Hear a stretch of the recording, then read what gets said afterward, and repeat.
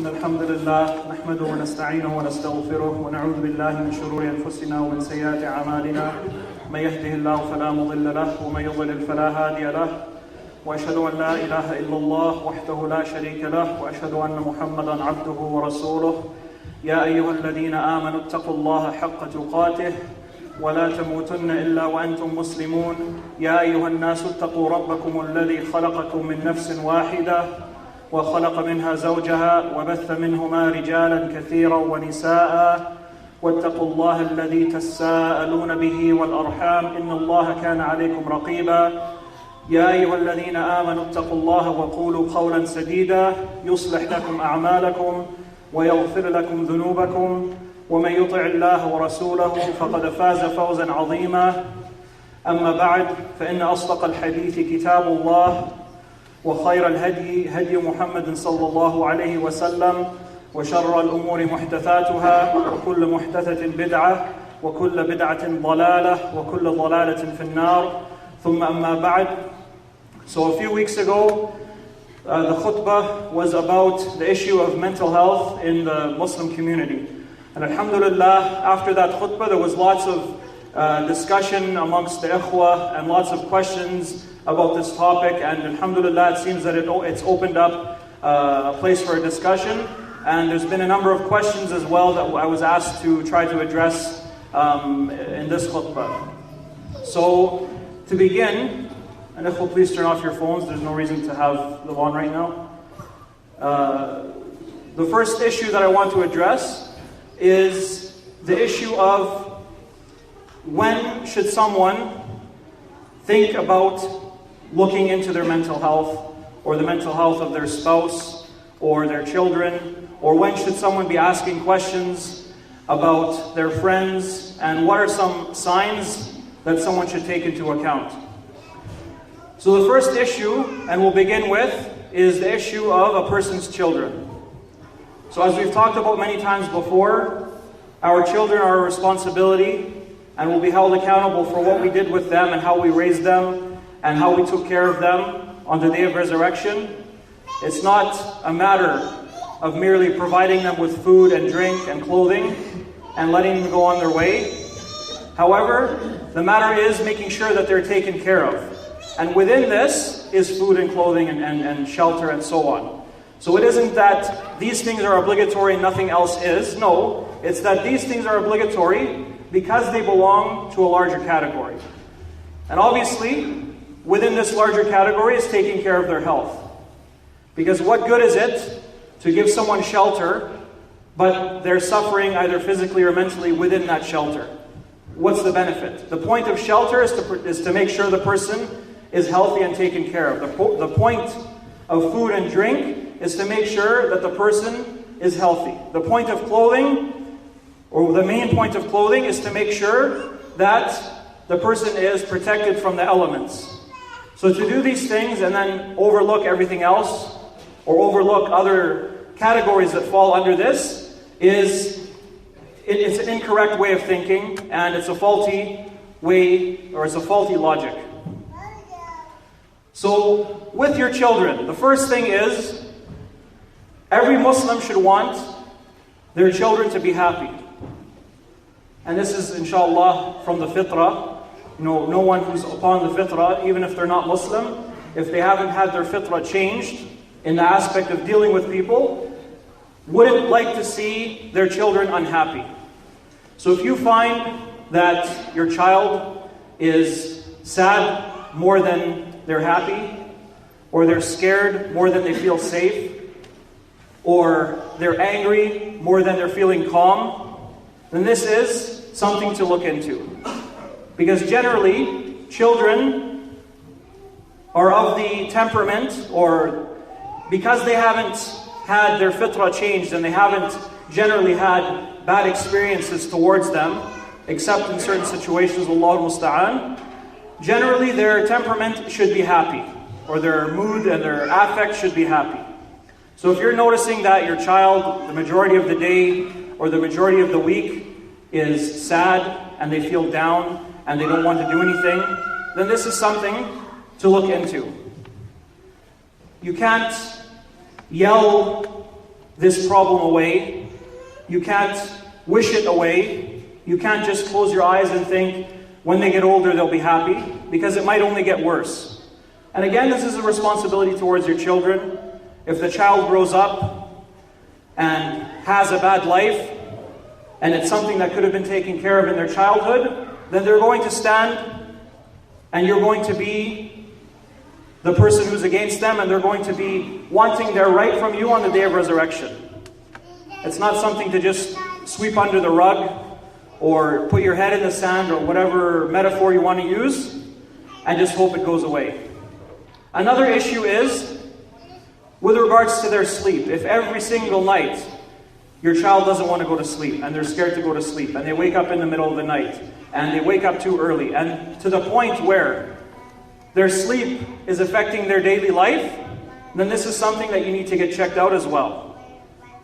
You can't just let it go and say, oh, it's just a phase. You know, if it's a couple days, that's fine, but after a while, eventually you have to get these things looked into. And again, it's not something that spanking is going to make them fall asleep, or yelling is going to make them fall asleep, or being rude with them is going to make them fall asleep. No, if anything, it's going to make it worse. And again, if they do bad in school, and they grow up like this, and then they have a hard life, who's going to be waiting for you on the day of judgment? Your children. So keep this in mind as well. Likewise, with regards to our spouses, and particularly with regards to our wives. And this is something, Wallahu musta'an, a number of the doctors in the community have complained about, is when a wife can tell that something is wrong with herself, and it's affecting her own self, it's affecting her relationship with her husband, maybe with her parents, her brothers or sisters, or even with her own children. And she seeks out help on this issue. And who stands in the way? The husband. And this is something that Shar'an is not allowed whatsoever.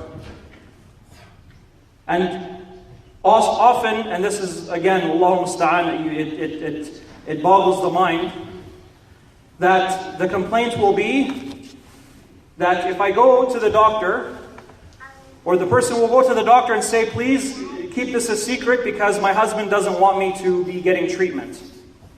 What kind of mentality is that? Someone might say, and then the explanation will be, I'm just being told, and I spoke about this 2 weeks ago, I'm just being told this is qillat al-iman or da'af al-iman. All this is weakness in your faith, or you're just a bad wife, or you're just a bad mother, and just smarten up and deal with it. But tell me though, if someone is going and seeking out treatment, saying, something's going on with me, and it's standing in the way of me being a good mother, then how is that being a bad mother? When the thing that's being used against them to say they're a bad mother is the fact that they're looking to improve their relationship with their children. It's nonsense. And same thing with the husband. If the wife is saying, listen, I'm trying to fulfill all my duties, I'm trying to be a good Muslim, but something's not right, I need help. And the response is, no, if you were good, you wouldn't need help. It becomes a circular logic, a circular argument, where there's no out from it. Because you can't fulfill your duties because something's wrong. Well, if you were fulfilling your duties, nothing would be wrong. Well, I can't fulfill them because something's wrong. And where does it end? And Wallahu musta'an, the reason, and this is something that's un-Islamic, very often tends to be the pride or the person fearing that he'll be seen as a bad father or as a bad husband, or that he picked the wrong person, or he did something to make this happen. But this is the wrong way of thinking about things. Because just like any sickness, if your wife gets the flu, does that mean you're a bad husband? No, it's a flu. If someone comes down with cancer, does that mean you were a bad father? No, it means this is what Allah subhanahu wa ta'ala decreed happen. They're completely disconnected. However, if it turns out that this is more of a relationship issue, that the father, for example, had a bad relationship with his child, or the marriage got off to on the wrong foot, then what's going to fix that? Is just saying, well, no, this is her fault, or it's shameful for me to seek any help in this, so we're just going to kind of brush it away? No, that right there is being a bad parent or a bad spouse, because you're offered the opportunity, or the opportunities are out there to do something about it, and you choose not to. And there's basis for this in Islam anyway. When Allah subhanahu wa ta'ala said, فَبَعَثُوا حَكَمًا مِنْ أَهْلِهِ وَحَكَمًا مِنْ أَهْلِهَا. We know that there's certain times where things won't work out in a relationship. So Allah subhanahu wa ta'ala told us, go send out a judge or a mediator from her family, and a mediator from his family, and a mediator from her family. So already we know that stuff is going to come up. Otherwise Allah subhanahu wa ta'ala is not going to He's not going to give us a solution to something that doesn't exist. So we already know that it's upon us to seek these things. The other issue, and this is something that some people hide behind, is they'll say, but many of the ulama have said it's obligatory upon the husband to pay for the food, and to pay for the clothing, and to pay for the second or the shelter of the wife. But these other things, they're not my responsibility. This is her responsibility. I don't have to get involved. And they'll quote certain ulama, even the majority, they'll quote them, the majority. However, this is a way of cheating their way out of the topic. Why? Because in reality, the correct opinion is that it's obligatory upon the husband to pay for, if he can't provide himself, the treatment that's needed. Whether it's paying for counseling, or medication, or therapy, or a mediator, or whatever the case is. This is the correct opinion. What's the evidence for that? The hadith that's narrated by Abu Dawood, كَفَى بِالْمَرْءِ إِثْمًا أَنْ يُضِيعَ مَنْ يَعُودُ. It's sufficient it's a sufficient sin for a person that he loses the rights of those who he's responsible for. So what more of a right is it that a person has that they're healthy? Imagine you're feeding this person the best food amongst your culture, but they're riddled with cancer. And you have the money and you're like, this isn't my responsibility, I'm just going to keep paying for food. They can sit there and suffer, that's not my responsibility. It's insanity. Likewise, the Prophet ﷺ said in the hadith in Sahih Muslim, اتقوا الله في النساء فإنهن عوان عندكم. Fear Allah with regards to the women, because indeed they're awanun with you. And awan is the asirat, means they're essentially prisoners amongst you. Why? Because you're responsible for them. You've taken that right. You've taken that responsibility when you married them. So whatever they need is your responsibility. So to say, well, no, this is just weak iman, it's their own fault. Let's say it's weak iman. Whose responsibility is to try to help them to raise their iman? You. Just like your kids. You can't say, well, it's my kids, he has weak iman, it's not my problem. No, it's kind of your problem. It's 100% your problem. You're the one who's responsible for them until they're of age, until they leave your home. So this idea that it's not our responsibility, it's shameful, it's something that is made up, and we talked about this before, this idea that everything is made up. SubhanAllah, what a weak argument to hide behind, for one to try to preserve their manhood, to say that the problems in my home, it's all from jinn, it's all from sihr, it's all from ayn, somebody's jealous of us. Has nothing to do with me. Has nothing to do with the way I maybe treat my children or my wife. It has nothing, there's no biological basis or anatomical basis for this. It's just all everybody else's fault, and I have no responsibility towards it. First of all, it's un-Islamic. And secondly, it's illogical. It doesn't make any sense. So we need to think about this when we think about our responsibilities, and we need to think about this when we look at our own families. It's not a way to just, get rid of any responsibility and say, well, this isn't my problem, everyone else can deal with it. Wallahu a'lam.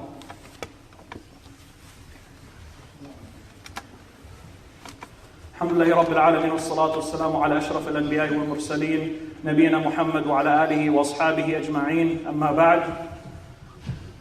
Another thing to keep in mind is, even let's say one was going to say, I don't believe it's the husband's responsibility to begin with to pay for and to provide medicine and treatment and so on.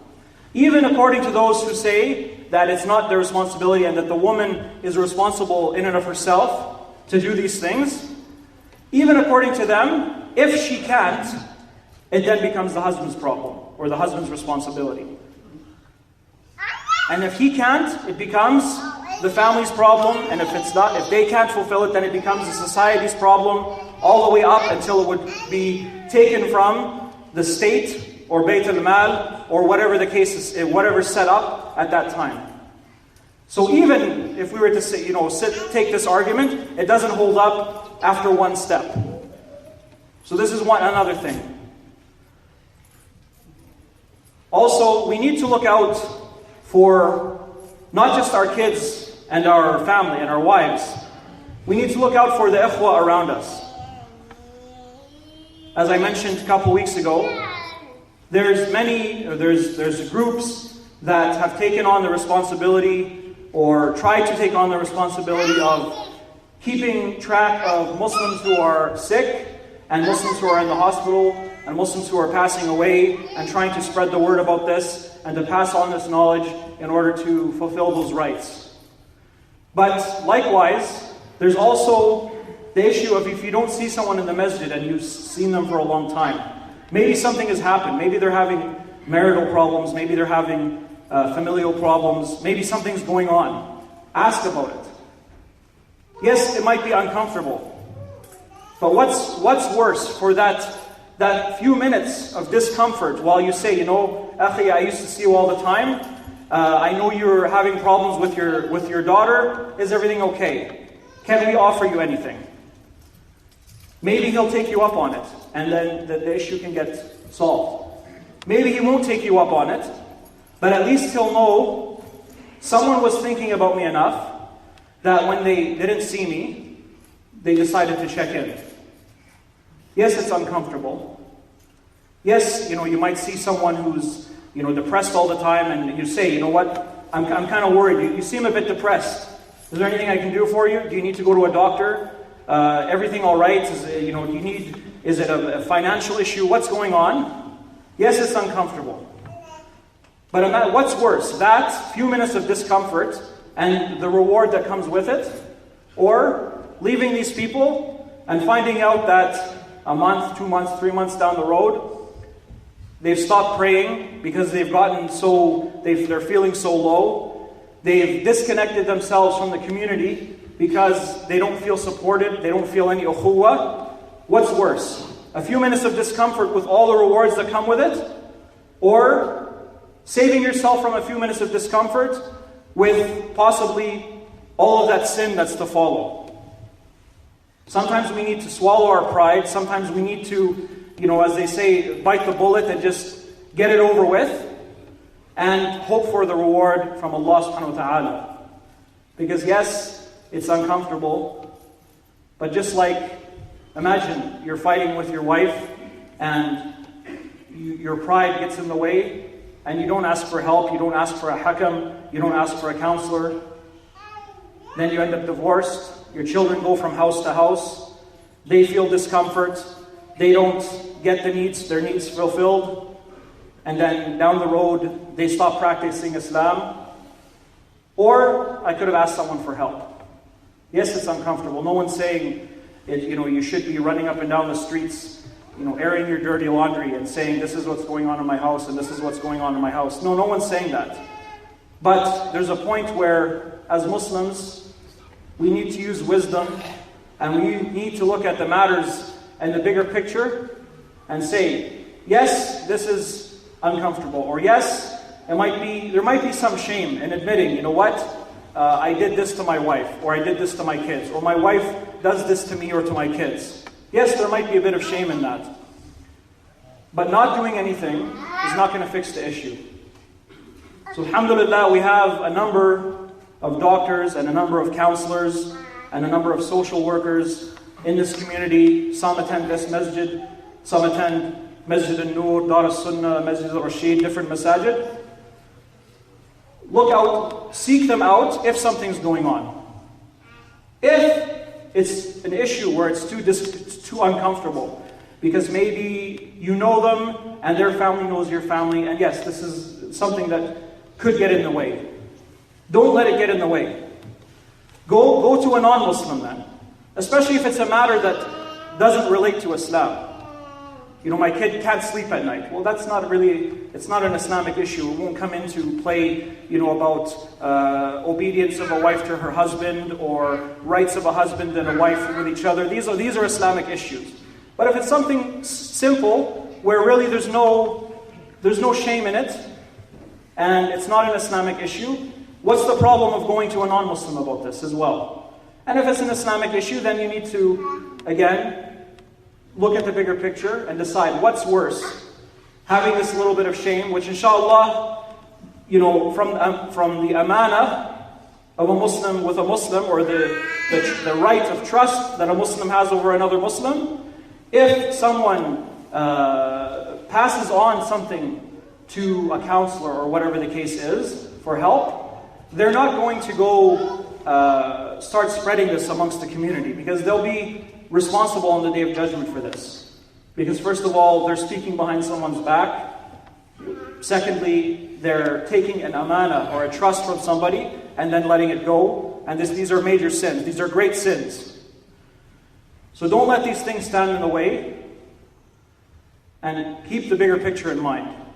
What is your responsibility, or what is it going to be something where you have rewards on the Day of Judgment for taking care of your family and your ikhwah? Or is it going to be something where there's a lineup of person after person who you're responsible for, seeking their right from you on the Day of Judgment, and you're carrying the sins of everything that happened because you could have done something better and willfully chose not to.